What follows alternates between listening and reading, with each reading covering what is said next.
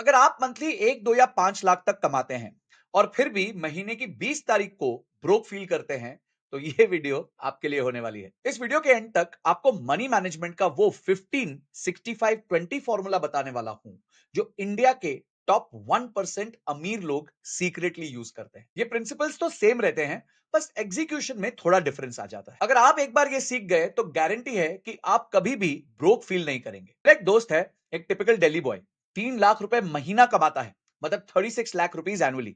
बाहर से उसकी लाइफ परफेक्टली सेट लगती है। अच्छी जॉब है, ब्रांडेड क्लोथ है, स्टाइलिश गाड़ी है, बाली में वेकेशंस है। लेकिन हर महीने 20 तारीख तक उसकी जेब खाली हो जाती है। एक दिन उसने मुझे कहा कि भाई सैलरी तो आ जाती है पर पता नहीं चलता ये चली कहां जाती है। और ये सुनकर मैं सोचने लगा, इतना कमाने के बाद भी अगर बंदा 30,000 पर मंथ कमाने वाले बंदे की तरह स्ट्रगल कर रहा है, तो गलती कहां हो रही है। थोड़ा और रिसर्च किया तो पता चला कि अर्बन मिडिल क्लास के एक बड़े तबके की यही कहानी है। लोग कमा तो अच्छा रहे हैं, लेकिन पैसा बचा नहीं पा रहे हैं, because there is no structure, no system and absolutely zero financial discipline. अभी रिसेंटली आपने रेडिट पे बहुत सारे आर्टिकल्स देखे होंगे इसके अकॉर्डिंगली। किसी ने तो कह दिया भाई अगर आपको इंडिया में मिडिल क्लास रहना है तो महीने का 7 लाख रुपए कमाना पड़ेगा। एक तो आजकल ईएमआई एक नया सोशल स्टेटस बन चुका है। नया आईफोन चाहिए वो भी ईएमआई पे, मैकबुक चाहिए वो भी ईएमआई पे, गाड़ी, घर, अप्लायंसेस, इवन ट्रैवल, सब कुछ ईएमआई पे है। कुछ लोग तो शादी भी ईएमआई पे कर रहे हैं।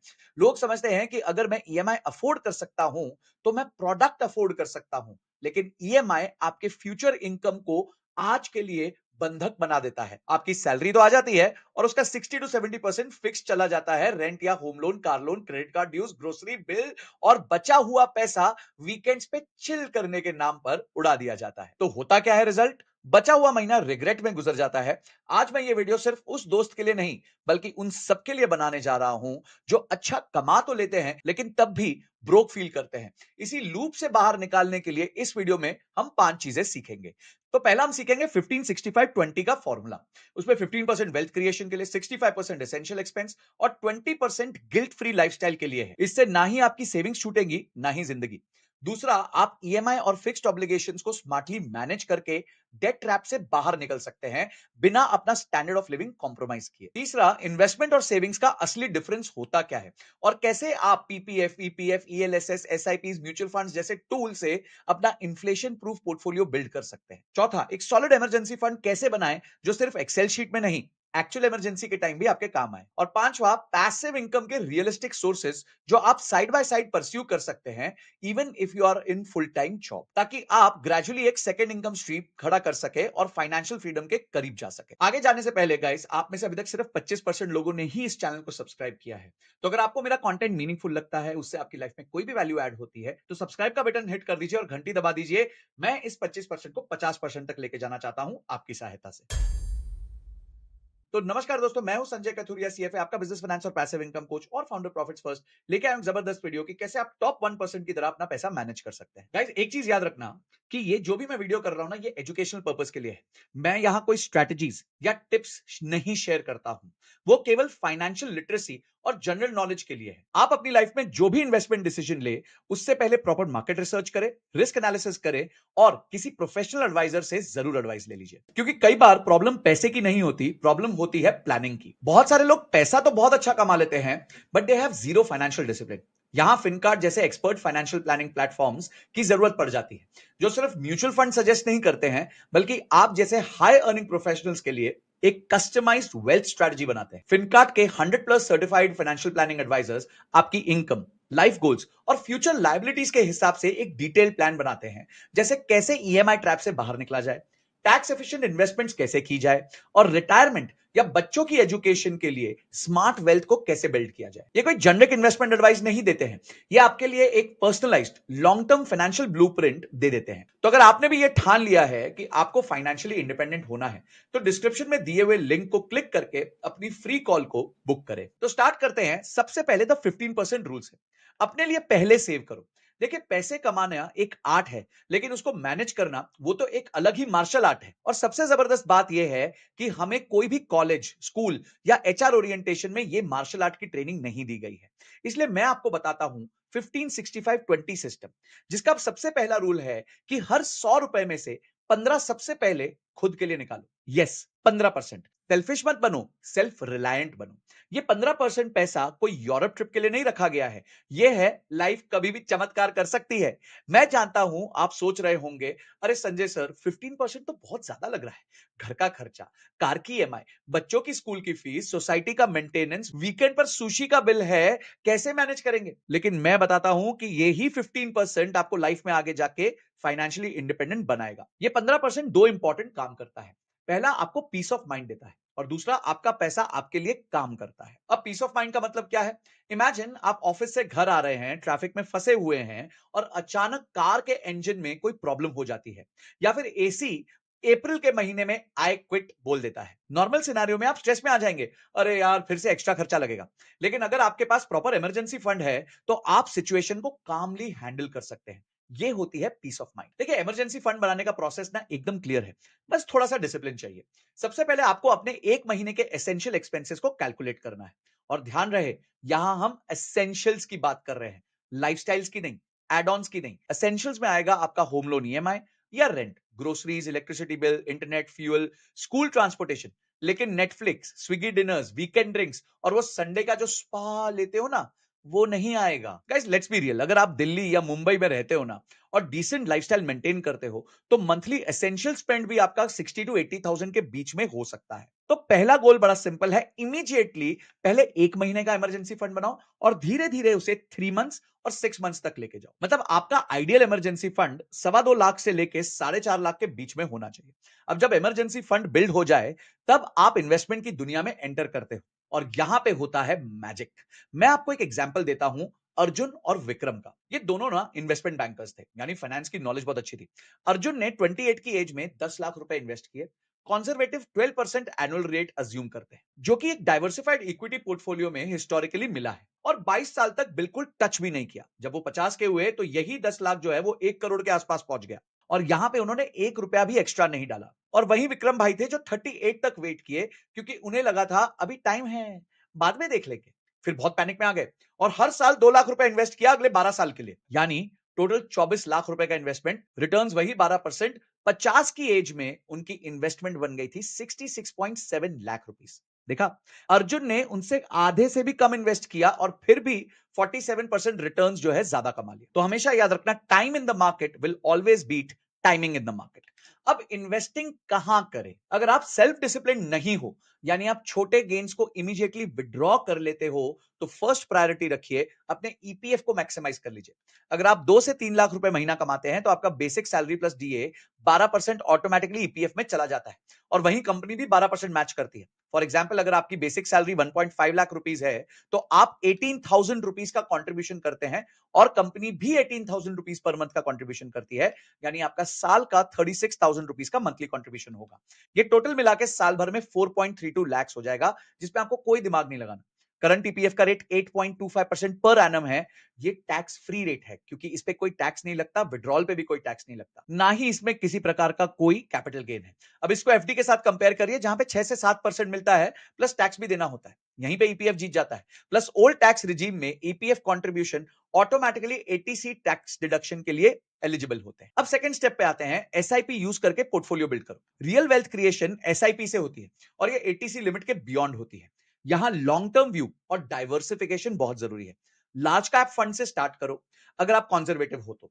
पर ऑनेस्टली अगर आप यंग प्रोफेशनल हो जिनकी इनकम अच्छी है और मार्केट रिसर्च थोड़ा बहुत कर सकते हो, तो सबसे ज्यादा ग्रोथ आपको मिड कैप और स्मॉल कैप फंड्स में मिलेगी। तो जितने आप यंग हो और जितना आपका गोल लंबा है, उतना ही आप स्मॉल कैप और मिड कैप फंड्स में इन्वेस्ट कर सकते हैं। एंड फिर कंपाउंडिंग को अपना काम करने दो, इमोशनल डिसीजंस मत लो, प्रॉपर रिसर्च और स्ट्रेटजी के साथ लॉन्ग टर्म जर्नी एंजॉय करो। और हाँ, लॉन्ग टर्म मतलब 1 से 3 साल नहीं होता है। ये आपके कॉलेज रिलेशनशिप्स की तरह नहीं है। ये 10+ इयर्स का होराइजन होता है, जिसमें आपको कंपाउंडिंग का पूरा फायदा मिलता है। लेकिन ऑनेस्टली अगर आप एक हाई इनकम वर्किंग प्रोफेशनल हो जिनके पास पैसा तो है लेकिन टाइम नहीं है हर इन्वेस्टमेंट, टैक्स स्ट्रेटजी और एसआईपी फंड को डिटेल में समझने का, तो यहां प्रोफेशनल हेल्प लेना एक्चुअली स्मार्ट प्लानिंग हो सकती है।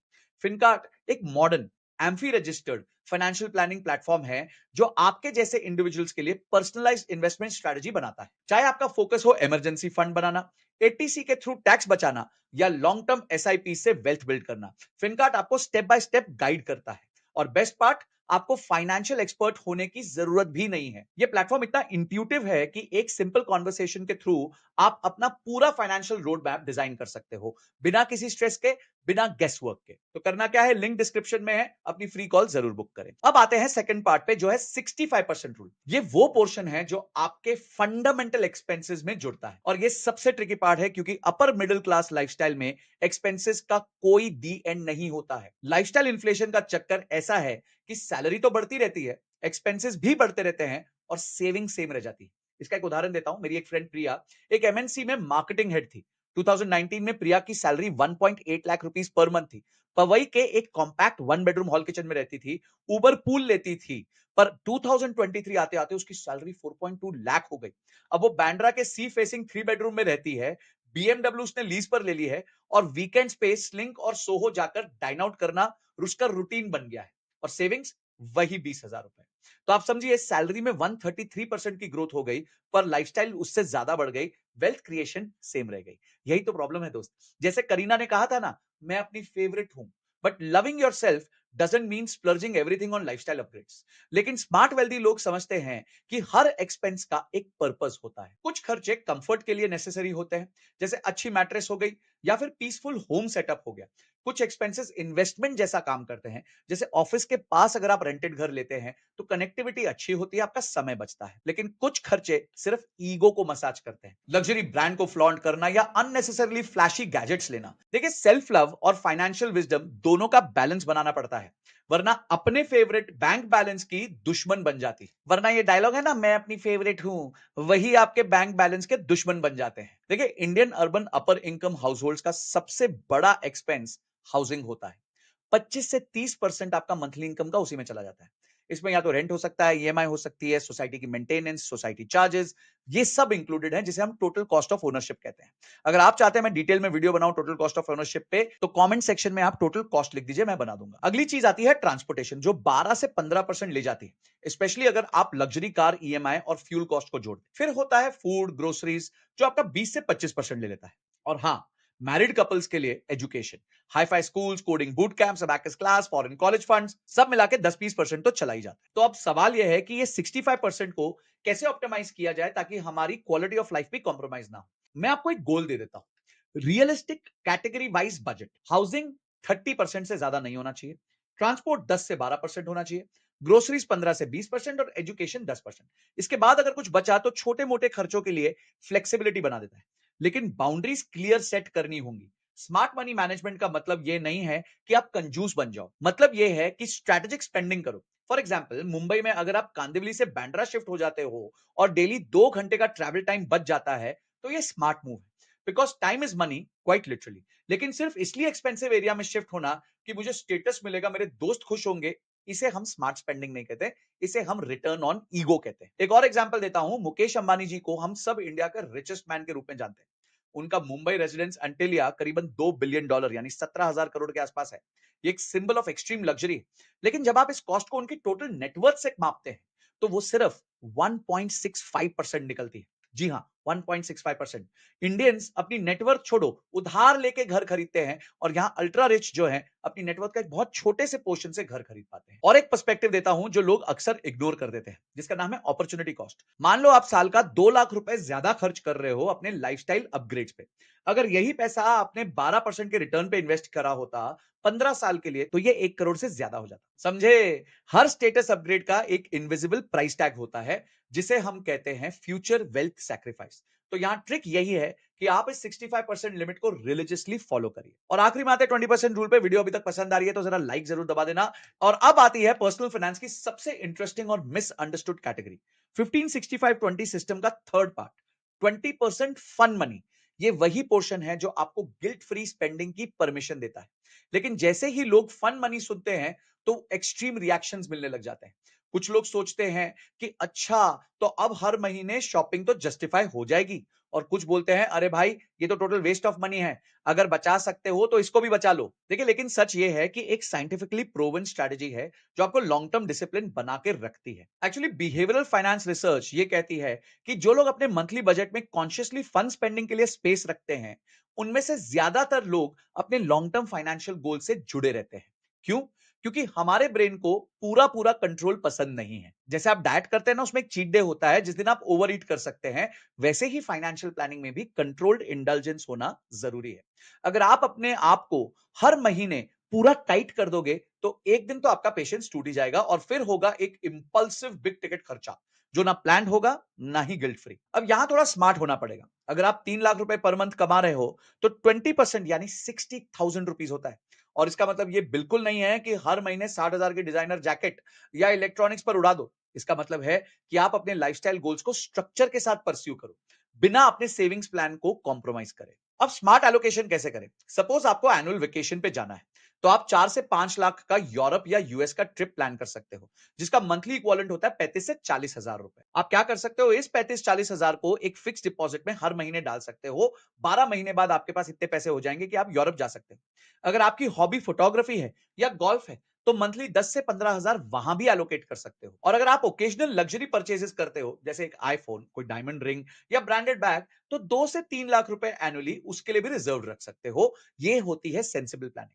सब कुछ प्लान के अंदर हो तो कोई गिल्ट नहीं होता, कोई रिग्रेट नहीं होता।